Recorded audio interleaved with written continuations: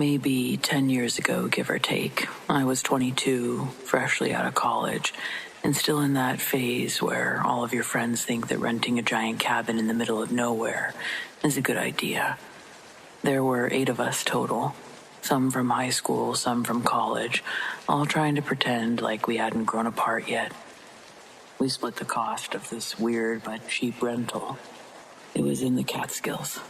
It looked rustic in the listing photos, but had enough beds, a fire pit, a hot tub. We figured it was perfect. There was a door in the hallway that was padlocked shut.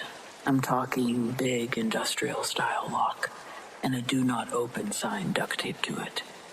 The listing hadn't mentioned a basement at all. When we asked the rental manager, she said that it was for storage, and that it must stay closed. Okay, fine. Creepy, but whatever.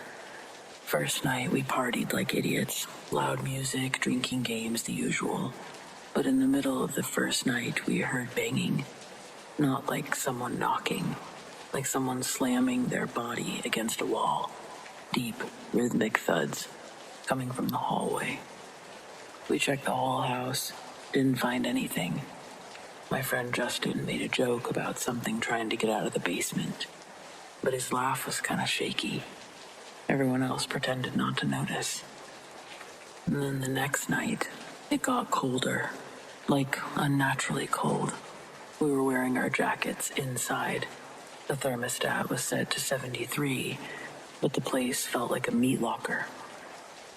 We blamed the draft until we saw our breath starting to fog in the hallway, right in front of that door. And that's when the whispering started.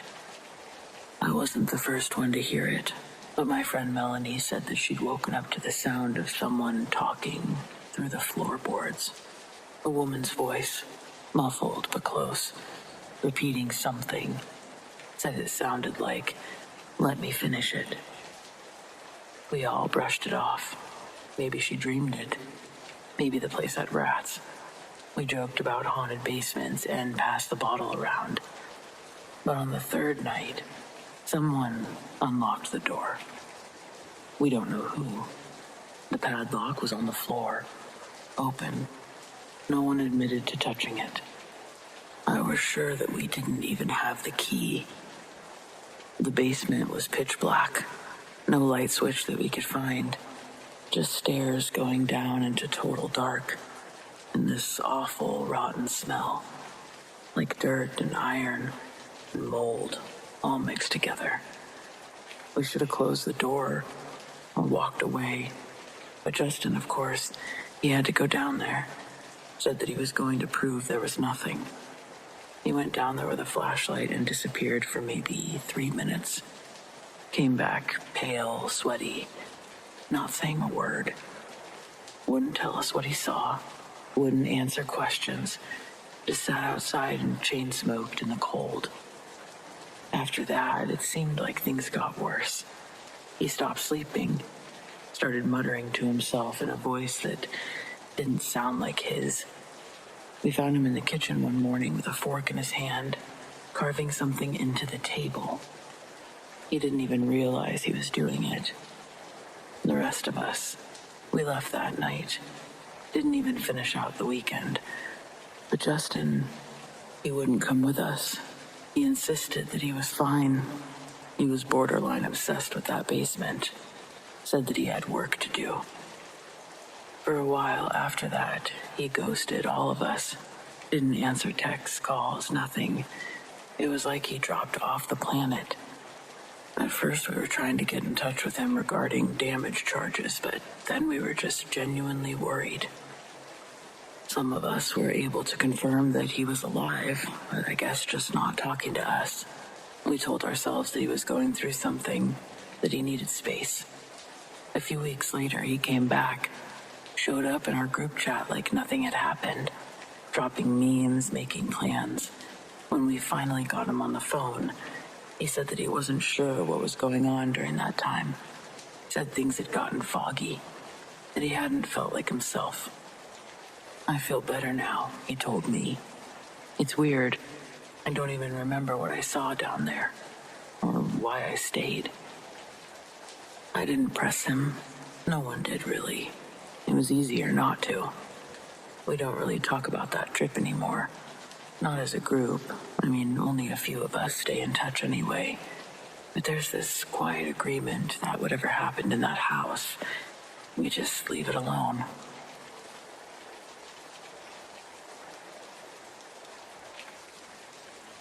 Okay, so I'm on my summer break before senior year, and my high school has a swimming pool that opens up to the public every summer. They also have a summer daycare for 1st through 6th grade, and those kids get to swim for 2 hours every morning. I'm one of the lifeguards. I started going in early so I could swim before the kids came. It was nice having the pool to myself. One morning, I dove in off the diving board and got out to jump again. When I came out of the pool and turned back toward the diving board, there was suddenly a little girl at the bottom of the deep end, laying there like a dead fish. She had a pink bathing suit on, long, dark hair.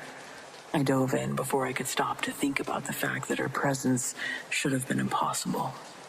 She hadn't been there 5 seconds before, and the pool gate was locked. But when I opened my eyes underwater, I didn't see the kid anymore. I stayed down there for as long as I could, but there was nothing and no one on the bottom. I thought maybe they got out on their own because where else could they be? But I was still alone when I resurfaced. The gate was still locked. The kid had just disappeared. I didn't imagine it. I didn't mistake something else for a kid. She was there. When the daycare kids showed up, I talked to one of their teachers. She's an older woman who's been working at the school for something like 30 years. I told her what happened, and she got really upset. She flat out refused to listen to anything about it at all. Later that week, I ran into the vice principal in the office. He's worked there for a really long time.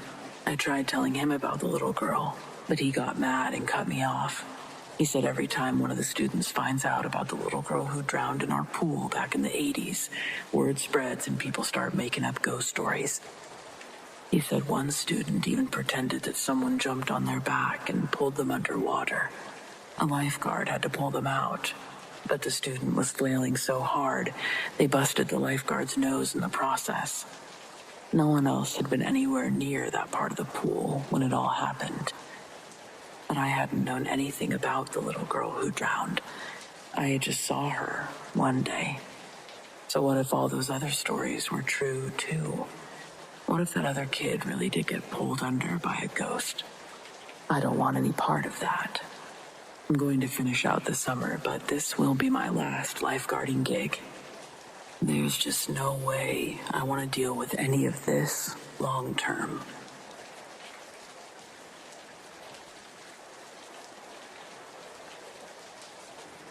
This was senior year, end of May, high school almost over. That weird limbo where everyone thinks they're invincible and nothing bad can happen before graduation. There were 6 of us who went to the beach that night. A hidden spot off the highway, one of those places that only the locals know about. Sand, seagrass, some washed up driftwood, and a perfect view. Someone brought booze, someone else brought music, and one of the girls, Kendra, brought a Ouija board. It was one of those old ones, not the cheap plastic or cardboard kind. It looked like it had a history. She said that she found it in her grandma's attic. Thought it would be funny to use it at the beach. It wasn't funny. We lit a fire, passed the bottle, laughed too loud, and around midnight, she laid it out on a flat rock near the pit. We were drunk enough to try it, sober enough to still feel uneasy. She led the session, said you had to ask permission, say goodbye, all the usual stuff. We started asking the obvious dumb questions. Is anyone there? What's your name? How did you die? Nothing happened at first. Then the planchette moved, just a little. We all swore we weren't doing it. I thought someone was screwing around, but it kept moving. slow. It spelled, I did not. We asked, did not what? It spelled, drown. Kendra laughed. Oh, spooky. But her voice cracked. The wind picked up. The fire sputtered. And then the board went still. It stopped moving. The planchette froze. Kendra reached to say goodbye, but it jerked under her finger and flew into the sand. She screamed. We thought it was part of the act, until she started clawing at her throat, like she couldn't breathe. We pulled her away, dumped water on her, tried everything. She gasped and finally snapped out of it. She said it felt like someone had held her head underwater. But the board, it was gone. We all saw where it landed, but it wasn't there. No planchette, no wood, like it had sunk into the sand. Well, we left after that. I remember the next day that we were at school, Kendra acted like she didn't recognize anyone. It was weird. She didn't sit with us, talk to us, wasn't returning messages. She came to graduation, but again, didn't sit with us. The last time that I saw her was at a gas station the summer after freshman year of college. She looked burnt out, staring out at the rain. I asked her how she was doing. She just said, goodbye. Shook her head and walked out into the storm, into her car. And then she was gone. And so was I. I haven't been back there since. Coming up on 13 years. And yeah, I haven't touched a Ouija board since.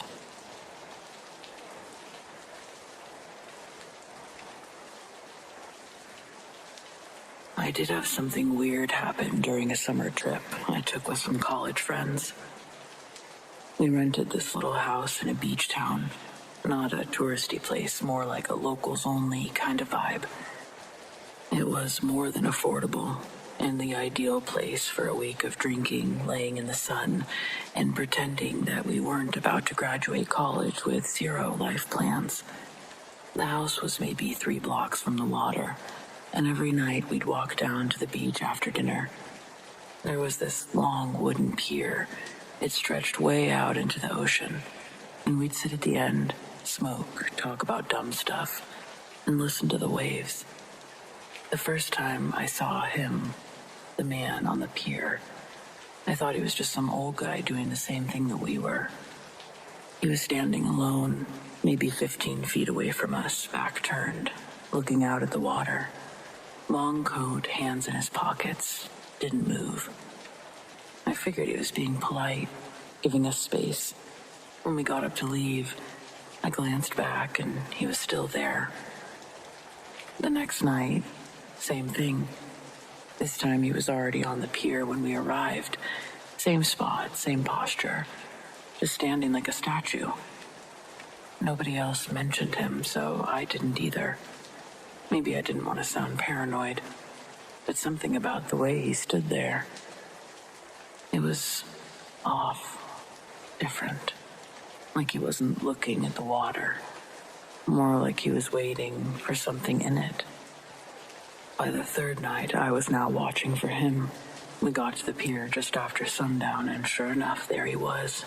Same distance from us, same coat, even though it was easily 80 degrees. My buddy Joel cracked a joke about creepy sea ghosts, and the others were laughing. But when I said, like that guy down there, they all looked at me like I'd grown another head. There's nobody down there, one of them said. Are you good? I walked a little closer to prove it, got maybe 6 feet away before something just shifted. The air got heavy, my ears popped. I swear I smelled salt or something like copper. Blood, maybe.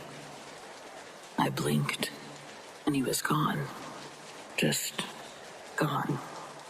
I was completely convinced that I had seen a ghost. None of my friends wanted anything to do with what I was saying, but the next day, I asked the guy running the bait shop if there were any local legends about someone dying on the pier. I figured maybe there was a fisherman who drowned or something.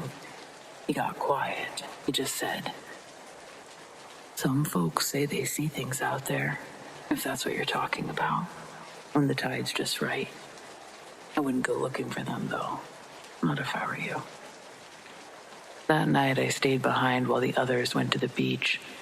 I couldn't explain why, but I had this awful feeling, like if I went back out there, something would see me back. I never got any confirmation of old history or local legends, but the fact that others had seen stuff out there, that was kind of enough for me. I told my friends about the conversation, but no one seemed to believe me or care. But I know what I saw.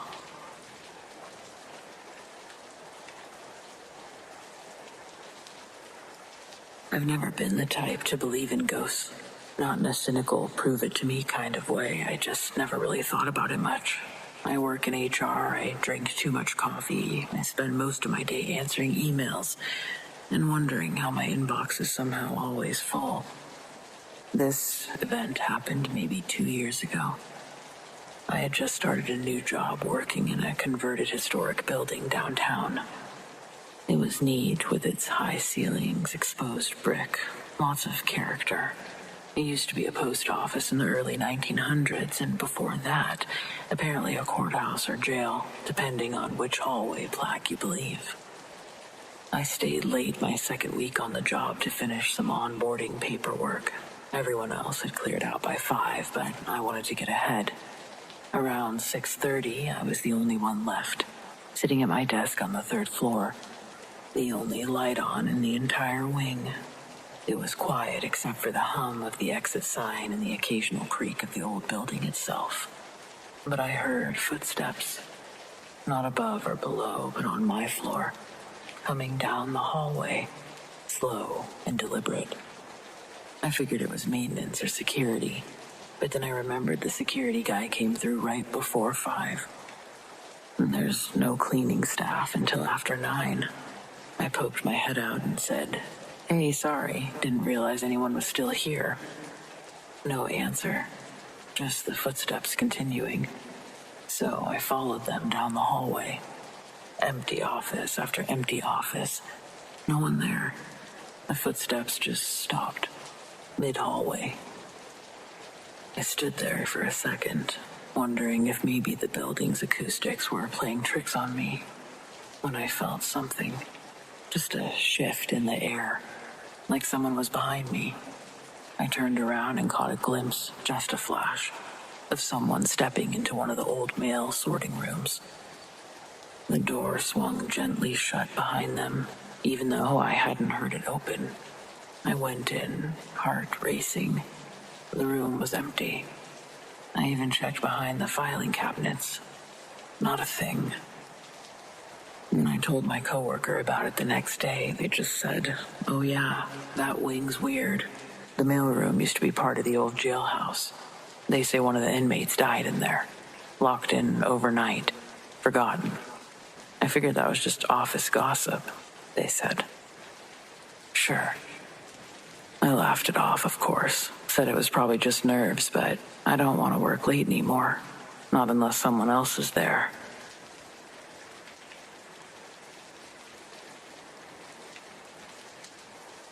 When I was a kid, we lived in a house with a basement that scared me.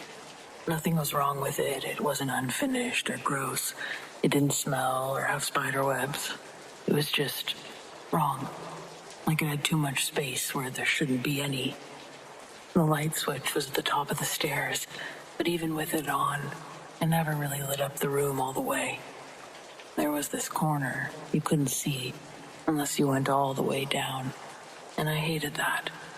I'd run down, grab whatever my mom asked for, and run back up, my heart pounding the whole time. But the really weird thing is, I don't remember it being as scared when she was there. This woman in the corner. I'd see her out of the corner of my eye standing by the shelves. Sometimes she'd hum. I remember that part clearly. This soft little tune I never recognized. I never told my parents about her. I think I thought that everyone had someone like that in their basement. Years later, after we'd moved out, I finally brought it up. My mom got quiet and said, "You know, you used to hum a tune in your sleep sometimes. I always thought it was something you made up."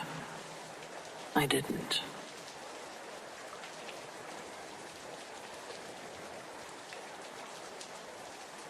I had just picked up my boyfriend, and we stopped at my place so I could take a bath before heading to my mom's house. We'd only been dating for about a week, so no, we weren't at that stage yet. Plus, I'm a pretty private person, and he's a bit of a prankster, so while he stayed outside on the porch to smoke a cigarette, I went inside, back to my bedroom, and locked the door behind me. Well, put the chain on, actually. My room is small, no closets, no dark corners, nowhere for someone to hide. The only window sticks and takes a ridiculous amount of effort and noise to open. I ran the bath, got in, and started washing my hair, and then movement. Out of the corner of my eye, something shifted. Before I could fully turn my head, a hand, shot out and grabbed the handle of the bathroom door, slamming it shut. For a second, I didn't react, didn't scream, didn't panic. I just laughed. Thought my boyfriend had somehow slipped in behind me and was messing around. I stepped out of the tub, yanked the door. No one was there. The chain on the bedroom door was still latched. The window hadn't budged. There was nowhere for anyone to go. I walked the room in circles, checking everything. My stomach slowly sinking with that awful, skin-prickling feeling of wrongness. When I finally made it outside, my boyfriend was still exactly where I had left him, on the porch, finishing his cigarette. And that was only the beginning. A few days later, the light started flickering. Annoying, but nothing exactly terrifying. I live in a double wide, so bad wiring seemed like the logical explanation. But then one night, I was heading to the kitchen for a glass of water when the hall light suddenly went out. Again, not a big deal. But then the broom, propped behind the washer, fell over, slamming across the hallway, cutting off my path. I sighed, annoyed, but before I could move it, a shadow darted past me, straight into the kitchen. I barely caught the shape, tall, fast, pitch black. My first thought was my cat, until I turned around and saw her sitting on my bed, watching me, tail flicking. I went straight back to my room and shut the door. The next day, my fountain drink exploded. No reason. It wasn't hot, it wasn't cold. The air conditioner wasn't on. There was no one near it. It just burst.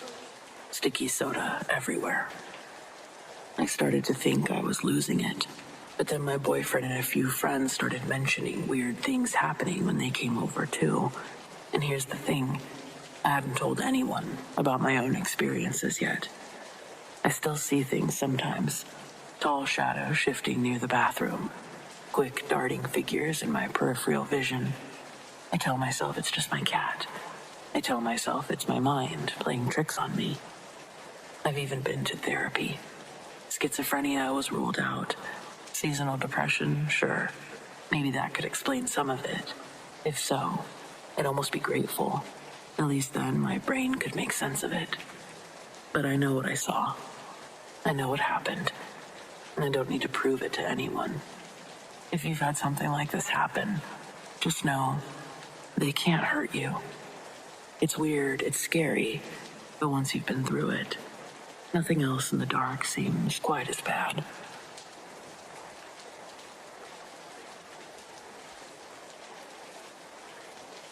I was never one to believe in ghosts, let alone Ouija boards.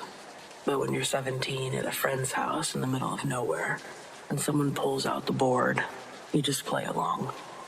It was me, my best friend Jess, her cousin Nate, and his girlfriend Emily. We were in Jess's basement, the kind that was never finished. Concrete floors, exposed beams, old furniture covered in sheets. We lit a couple candles for the vibe, of course, and we put our hands on the planchette. At first, it was the usual nonsense. Is anyone here? Slow, shaky, yes. What's your name? Gibberish. We all accused each other of moving it, laughing every time it spelled something dumb. But then Nate, being the skeptic he was, rolled his eyes and asked something different. Tell us something only one of us would know. The planchette didn't move for a long time, and just as Emily was going to call it quits, it slid. It took its sweet time, but eventually we could see that it had spelled, sorry about the clock. Jess went pale. She pulled her hands away. Nope, I'm done. We all asked what that meant, but she refused to answer. We tried to keep going, but she wouldn't put her hand back on the board, so we said goodbye and packed it up.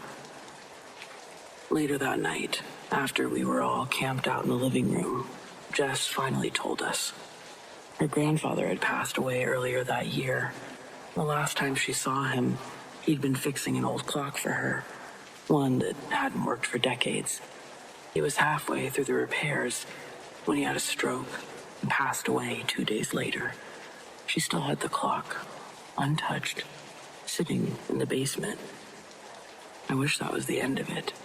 But around 3 a.m., I woke up to this quiet, ticking, slow, rhythmic sound. I figured everyone had left their phone alarms on, but when I sat up, I realized it was coming from the basement. I was not about to investigate alone, so I shook Jess awake. She was groggy and annoyed, but when I told her to just listen, her expression changed. We woke up Nate and Emily. None of us wanted to go down there, but we also couldn't just ignore it. So with our phone flashlights cutting through the dark, we made our way to the basement floor. The moment Jess pulled it open, the ticking stopped. We stood there, silent, and then Jess muttered, "It's coming from the workbench." We inched forward, and sure enough, the clock, her grandfather's unfinished project, was sitting there, and the second hand was moving. The thing was working. None of us knew what to say. Jess walked up to it, hesitated, and then reached out and picked it up. She turned it over in her hands, eyes wide, and whispered, "It's not wound." The thing had no batteries, no working mechanism. It had been broken for years, and yet it had ticked. I don't think it was evil. I don't think it was even trying to scare us. But I do think it was real. And I'll never touch a Ouija board again, because sometimes the dead are still listening. And sometimes it might not be somebody's grandpa. I guess in this case, we just got lucky.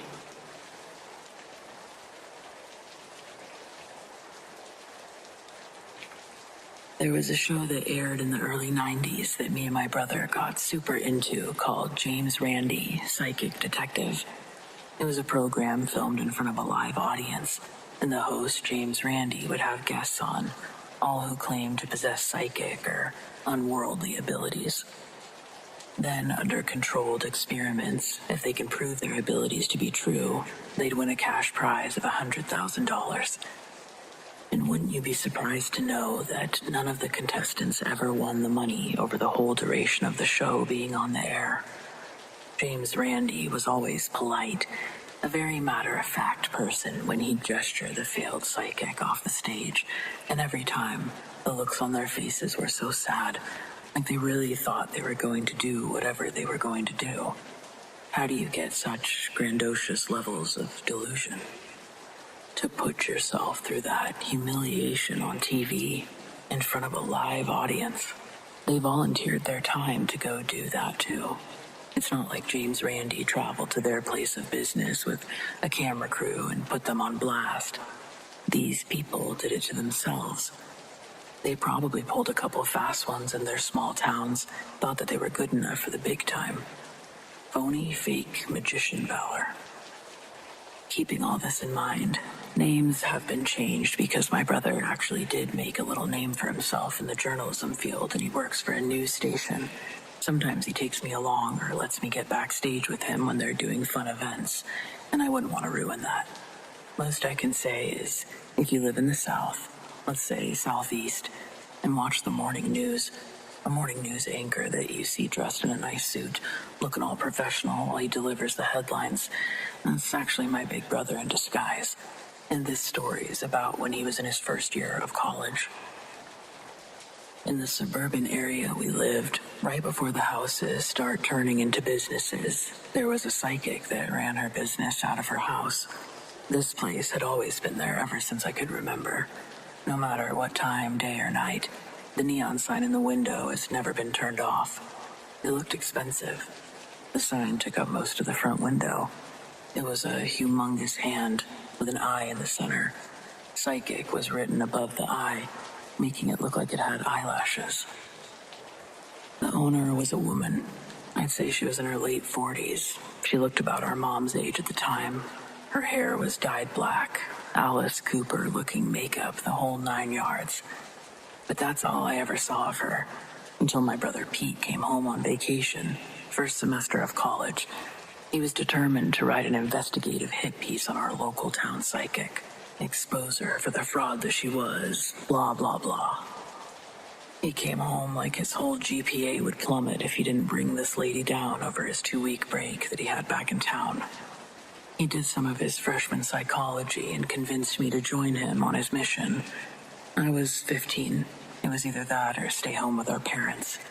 I said, yeah, sign me up.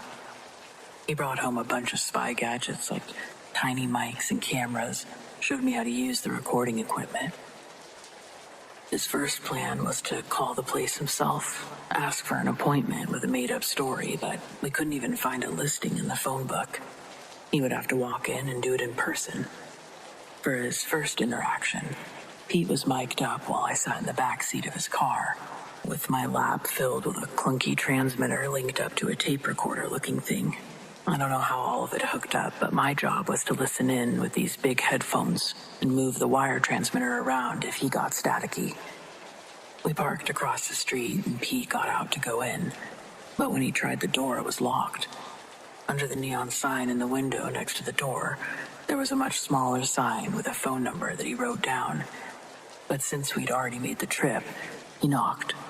Nobody came to the door. Persistent, Pete kept with rap-tap-tapping on the glass.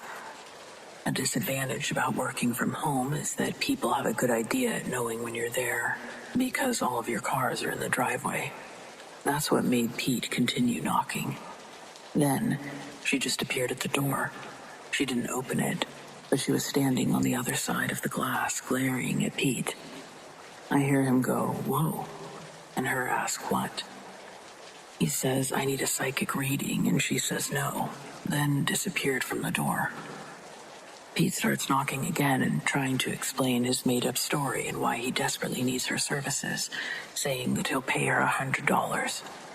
She returns to the glass and tells him that she doesn't take on clients and to go away. Pete says, but I need your help.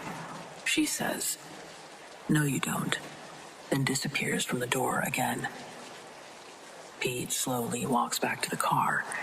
There's a defeat in his voice that the recording captures when he gets in, along with him cussing at me because I hadn't yet turned off the recorder. Next day, he calls the number that he wrote down, and in a surprising change of predictions that we had, she answered almost on the first ring. It caught Pete off guard, and his first lines are a stammering bumble. Something about his 15-year-old sister's been kidnapped. Case has gone cold. Needs her help. Somehow, she recognized his voice, confirms that they'd met the day before. He says yes, and then there's a long pause on the phone. Then, she says 3 o'clock and hangs up. Pete says thank you to a dial tone before hanging up his line. He tells me she took the bait. Then we went to the garage and began setting up the equipment in his car, fitting him up with his spy gear. This time he was going to use a small camera, concealed under a baseball cap. Up until we left for his appointment, Pete spent the whole time making sure everything was perfect and rehearsing his story, telling me to throw him a curveball question so he could practice improvising answers. He was ready.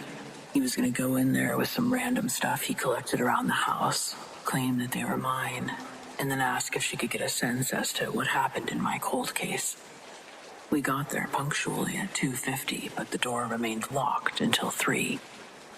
On the dot of 3, the mic picked up a loud squeak when the bolt locks turned on the inside of the door, and then it opened on its own. The moment Pete steps through the threshold of the building, all of his electrical equipment went haywire. I tried moving the transmitter in all different ways, but the static wouldn't let up. Then everything in the car just shut down. He went in there, unaware that his gear had malfunctioned, and closed the door behind him. Now this part is purely from my brother's point of view because none of the equipment would come back on.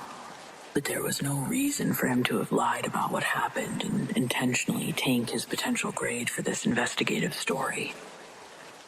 When he returned back to the car, I didn't know how much time had passed. I didn't have a watch on, but he couldn't have been in there for more than 10 minutes. At first, he didn't say anything when he got in the car. I was on the edge of my seat asking what happened. What did it look like in there? Did she buy the story? But then it was the first time I'd seen my big brother cry. He put his head on his steering wheel before focusing a response between his clenched teeth. All he said was, "She's real." Then he stepped on the gas and we drove back home. The car ride was quiet. I could see Pete was still trying to process everything. Eventually he settled down, and I was able to get the whole story about what had happened. When he walked in, she was sitting at a table at the far end of the darkened room. Pete walks in and thanks her for seeing him, and he approaches the table with the items for her to inspect. Behind the woman, incense were burning, and Pete said that he saw a human figure form in the smoke and became a solid entity, standing behind the woman's chair. Again, though, we grew up watching James Randi. Pete was prepared for her tricks. She doesn't acknowledge the being behind her, and Pete ignores it as well, doing his best not to look intimidated or even entertained by something he thought debunkable. My sad cold case story is retold. As she pushes some of the items around on the table in front of her, her hand freezes over an old book. She looks up from the table. She stares deep into my brother's eyes. She says, "Your sister is not missing, but someone else is trying to talk to you." Pete sticks to his story, but is willing to see what she means by someone else. He asks who, and she asks, "Do you have an uncle, Norman?" He says, "Yes," because we really did have an Uncle Norman. She asked if he died. Pete says yes, because Norm had died in an accident a few years earlier. Norm was like Pete's idol or hero. When she mentioned his name, his skepticism began to melt, and he couldn't hide his genuine emotional response when she started talking about him. We hadn't role-played a situation like this. Pete didn't know how to respond to getting called out directly, still staring right at him. She tells him that she knew he was there under false pretenses. He gave up the goods and admitted to the hit piece he was trying to write for class. How do you stay in business if you don't take clients? Who are you ripping off to pay for all of this expensive stuff? With no other options, he let his questions fly. She told him she doesn't take monetary payments for her services. She knows who really needs her and who doesn't. The decorations in her home, and even the home itself, were gifts for her, ones that had been given by grateful clients. Then she says, "Norm is here, though, and he wants to tell you that he's burning in hell for eternity." She laughs and tells Pete that his soul was weak and that she'll make sure demons devour it to recoup Pete's disrespect. He stood up from the table, started to gather the things that he brought. The woman left him with one last warning before Pete could run out. She addressed him by his real name, saying, "Pete, heed this warning, or you too will join your pathetic Uncle Norm in hell. Never return to this property. If you're walking down the sidewalk, cross the street before you reach my house, or your last name will be a synonym for cursed misfortune." He says he didn't even try to remember that, but he can't forget it. The cloud figure standing behind her then moved like it was coming towards Pete, and that's when he almost fell trying to get out of there. And that was the end of it. I think he changed the topic of his investigative piece on some protest happening at his campus. It was the last time my brother ever attempted that hard-hitting nose-to-the-ground journalism. He traded it for a more political field and never looked back. That psychic's house is still there to this day, and to this day, I don't really have any reason to be walking on that sidewalk, entering town, but if I ever do find myself moseying up that way, I make sure to cross the street before passing the house.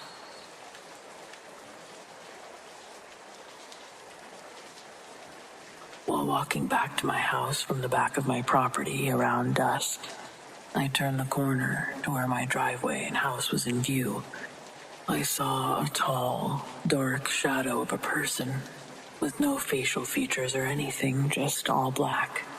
It walked towards me and I walked towards it, since it was in front of my house in the driveway. I was watching it walk towards me, and I had an uneasy feeling because I couldn't make out who it was, but I assumed it was my husband's friend coming up to help with working on the truck in the back of the property. Because of this, it didn't click in my mind how there were no facial features, and then I took my eyes off of it for probably 2 seconds, just checking on the puppy that was standing next to me. And then once I looked back up, expecting to see someone a handful of feet away from me, there was no one. They were just suddenly gone. Freaked me the fuck out, to say the least. I was scared of walking outside at night by myself. It took months for me to get over that.